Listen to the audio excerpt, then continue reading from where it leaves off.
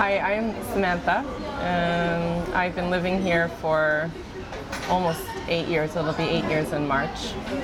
I came from Montreal, Quebec, Canada, originally. And then I lived in Florida for 5 years. And then I moved to Kansas City, where I lived for a long time, and I went there for university. And I worked at the university for 4 years. And then after, I decided to come to Turkey.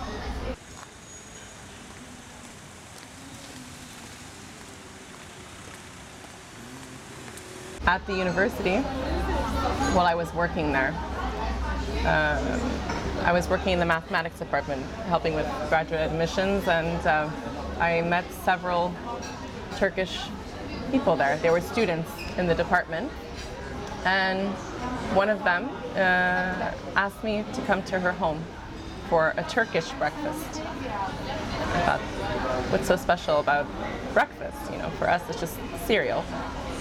So I went to her home, and I met many other Turkish friends of hers over there, and had the best breakfast of my life. I was not expecting that at all. And we became really good friends, all of us. We hung out for over a year, and then at the time I was thinking to actually move somewhere else outside of the States, because I wanted to find a culture, society that I felt maybe I could relate better to, get closer to, maybe be happier in.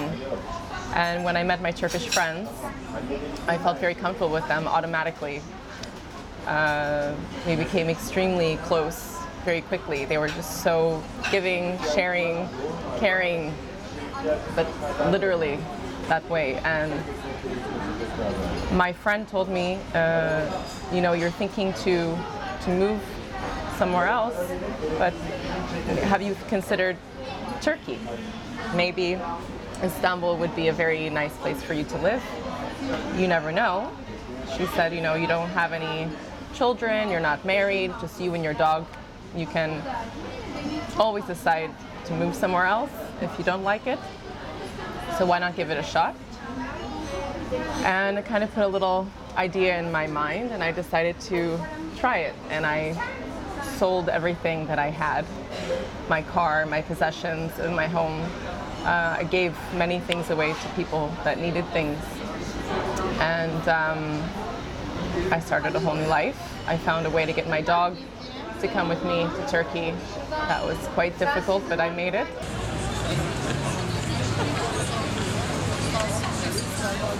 When I came,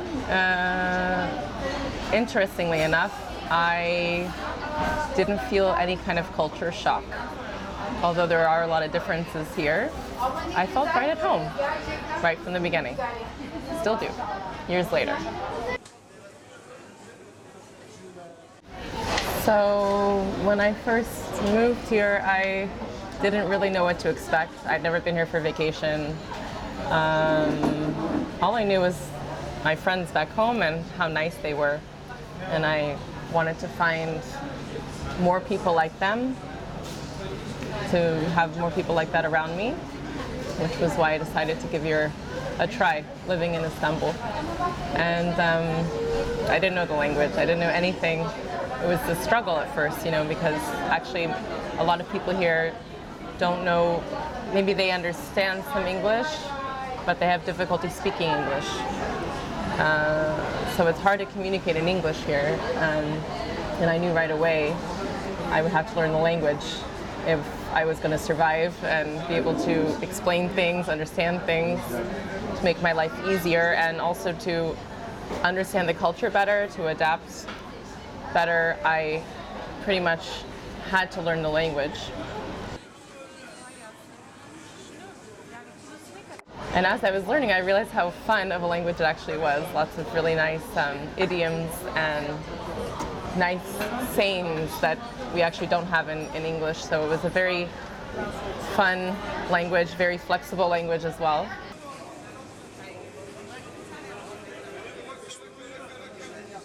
You know, it's interesting because my brother had a friend from middle school.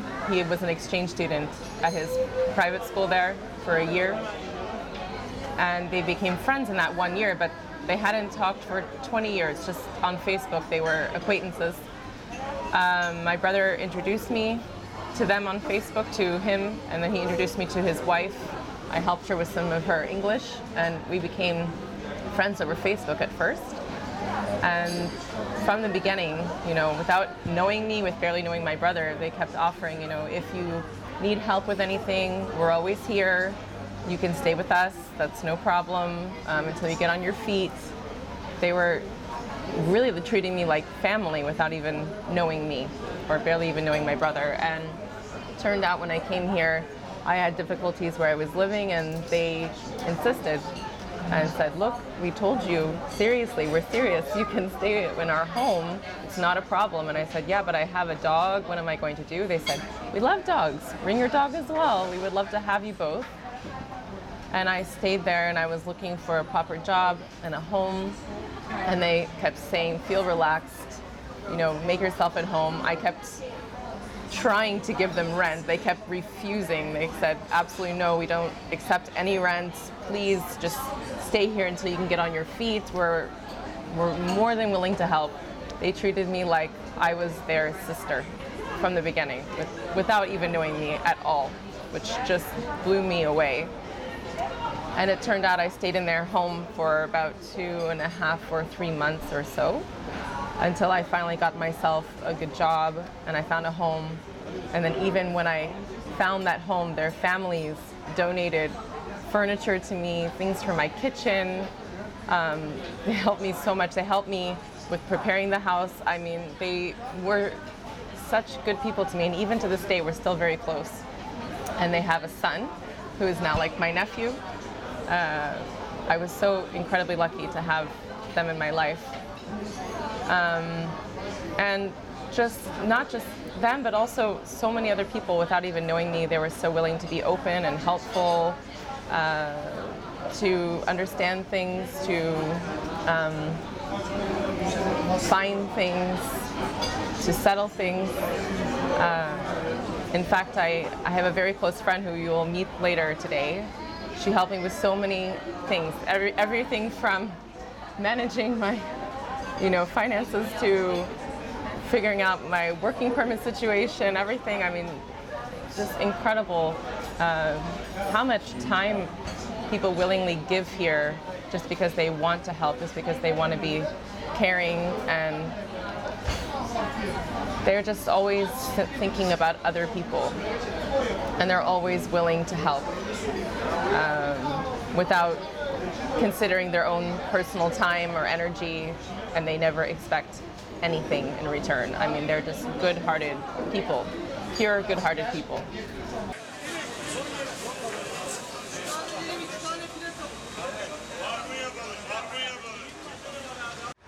So when I first moved, my very first neighborhood was here in Suadiye, my favorite neighborhood.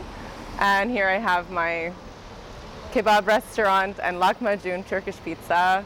Next door I have the tailor shop. There's lots of cute little cafes and things that opened around here. You have these places called bakkals, which is like a very small market, so you can get your basic necessities there, milk, butter, cheese, whatever you need. And it's open very late hours actually. Samantha ile yaklaşık 7 yıldır, 8 yıldır tanışıyoruz. Samantha zaten buraya geldiği ilk günden beri fark edilen bir insan oldu. Sürekli gelip geçiyordu burada. Zamanla müşterimiz oldu kendisi, tanışmak nasip oldu. Tanıştıktan sonra zaten belli zaman sonra içerisinde samimiyet oluyor. Kendisiyle birlikte daha sonra köpeği vardı, Simon. Şu an zaten rahmetli oldu ama sağ olsun geldiğinde gittiğinde onu besliyorduk. Onunla ilgileniyorduk. Simon farklı, tatlı bir şeydi. Ayrı bir sevgisi vardı Simon'a karşı. Bizim de aynı şekilde Samantha'ya karşı sevgimiz vardı. Yani tek ben değil, ayrıca personel olarak herkes tanır, bilir. Onun dışında etraftaki komşularımız olsun. Yani herkes bilir, sever de, sayar da.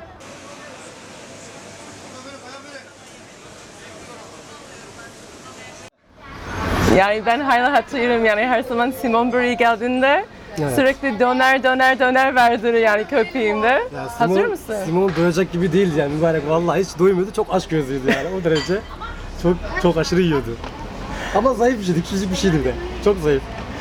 Yani aslında Simon çok akıllı bir köpekti. Aynen, Neden? Çünkü evet. buraya geldiğinde sürekli kapıdan böyle Kapıdan içeri girmiyor. Bak oturdu. patileri şöyle basıyor, vuruyor. Bekliyor yani, orada bekliyor, yiyecek. Yiyecek yani, kesin yiyecek. Her Çok zaman iyiydi. biliyordu. So now I'm working in a private school, in an elementary school, and I'm teaching English there. And actually it's very fun being a teacher. I'm going into my 8th year now teaching in the private school sector here in Turkey. And it's a both challenging and fun job at the same time. Of course, there are a lot of cultural differences with how they raise their children. There is really no rules or limits or any kind of repercussions for their behavior. So finding other ways, other methods to motivating kids to learn English and to behave nicely has been both challenging and at the same time has put my mind into a different perspective as well. Because there's not one right way, to teach or to raise children. Every country has its own methods. Mine is kind of a blend, I guess, because I am now come from both sides. I've been living in this neighborhood ever since I moved here, aside from my brother's friend that I lived with for 3 months. And I love my neighborhood, my school, my coworkers, and the kids that I've been teaching all these years. I have so many amazing experiences, stories. Since I moved to Istanbul for the first time in my life, I actually feel like I'm living my life. That's not an understatement. I really, for many, many reasons, personal reasons, and for living here, everything came to life for me because people here really cherish that. They cherish living their life, sharing with others, coming together, eating healthy, fresh food to live a prolonged life. They don't use cars, so there is a lot of traffic here, but you can get by, like me, without having a car. I've never had a car since I moved here, nor do I want to, because there's a lot of aggressive drivers, and I'm not that kind of driver. But it's so easy to just get around. You can walk around everywhere, take care of your errands outside by walking, which is great for health, sports, and plus you get to enjoy the weather. The weather here is so nice. We have 4 full seasons, and in Istanbul, no matter what time it is, day, night, middle of the night, there's always life going on outside. I mean, they say that New York is a city that never sleeps, and that is a total understatement because 100% for sure that goes for Istanbul. There's always life outside. You can see everything, people laughing, crying, in joyous occasions. You see funerals, you see people carrying their groceries, you see the people, they're recycling with these giant bags. I mean, there's a lot of hard life as well. Gypsies on the street. I mean, you see just a mix of everything, and it's all happening outside, all hours, all the time. And I never once felt unsafe either in this neighborhood, especially. I have gone out late at night, walked home late at night, and never felt unsafe. And if I find myself in a situation where I feel uncomfortable, all I have to do is shout, and everyone around me will help me without even knowing me, without even thinking I shouldn't get myself involved. Maybe I'll get sued. Maybe I'll be in the wrong scene at the wrong time and I'll get in trouble with the police. They're not thinking about that. They're thinking about helping people around them. That's their only intention. They're not thinking that much about the bad things that can happen to themselves. I mean, even when I get sick, not just for me, but for other friends as well, your friends always offer to come make you soup, take you to the doctor, stay with you at the hospital, whatever it is. And they're not thinking, stay away from me. I don't want to get sick. I don't want to get your germs. They're just thinking about your care. They just want to be next to you and so that you don't feel alone, so you don't have to go through the suffering alone. I never had that in my life until I moved here.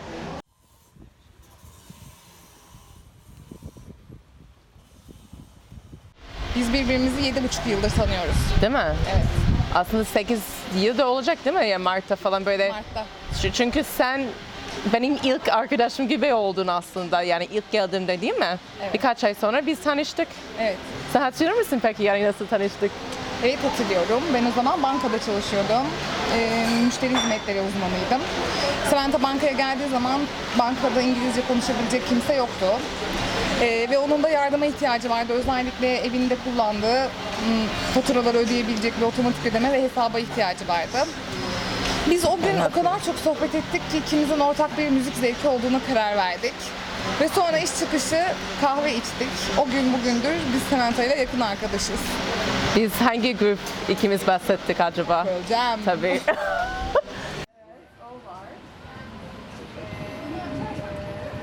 Kendinin dilek tutacaksın.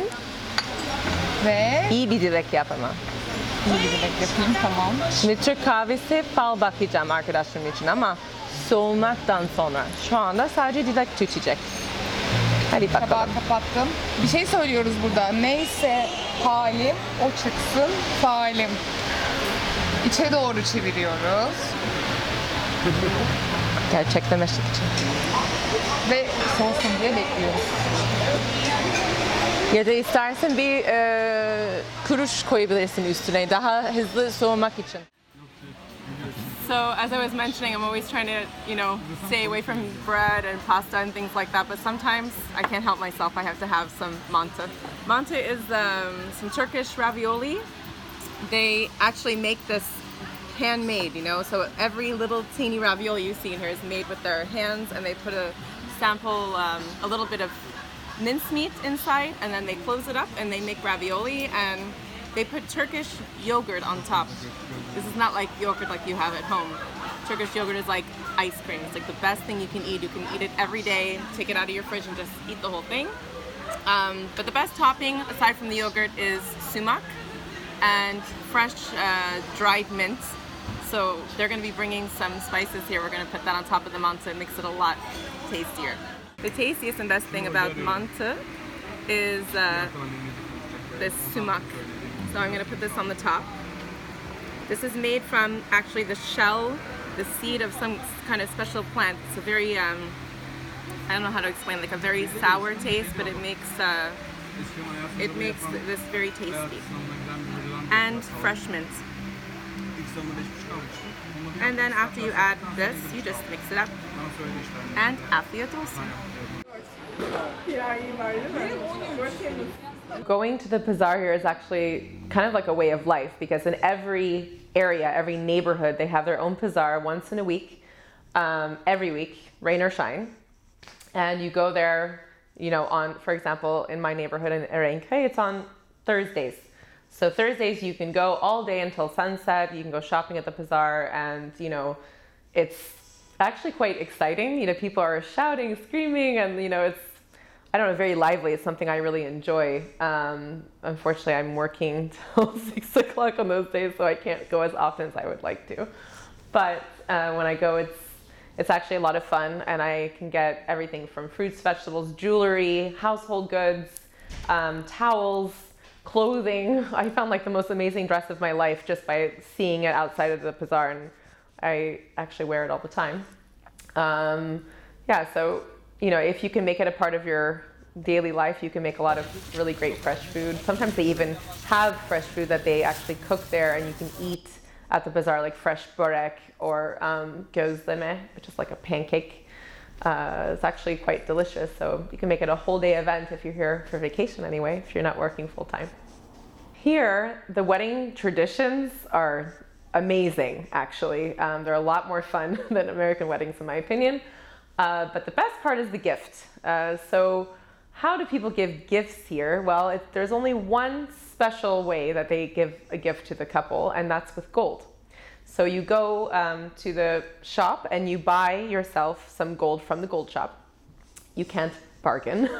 You have to see how much the gold is worth on that day, and you have to pay that amount. I mean, there is a little bit of bargaining among all the different gold shops, but for the most part, they stick to the same price of what the value is worth for that day.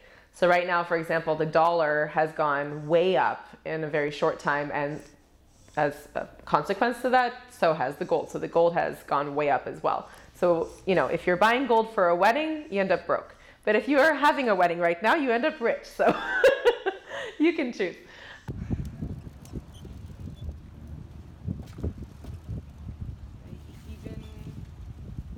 At the weddings, you tack on the gold, and then it's really nice because the bride and groom can take that money and buy whatever they want with that gold, which to me makes more sense because in America, you're buying things for the house or buying things, I don't know, for the bride or something, and maybe they have it, maybe they don't need it, but this way they just have money and they can do whatever they want with that money. This is the lucky cat of the day. So if you're thinking to come and have a visit here to wonderful Istanbul, might be helpful to have some Turkish 101 before you come.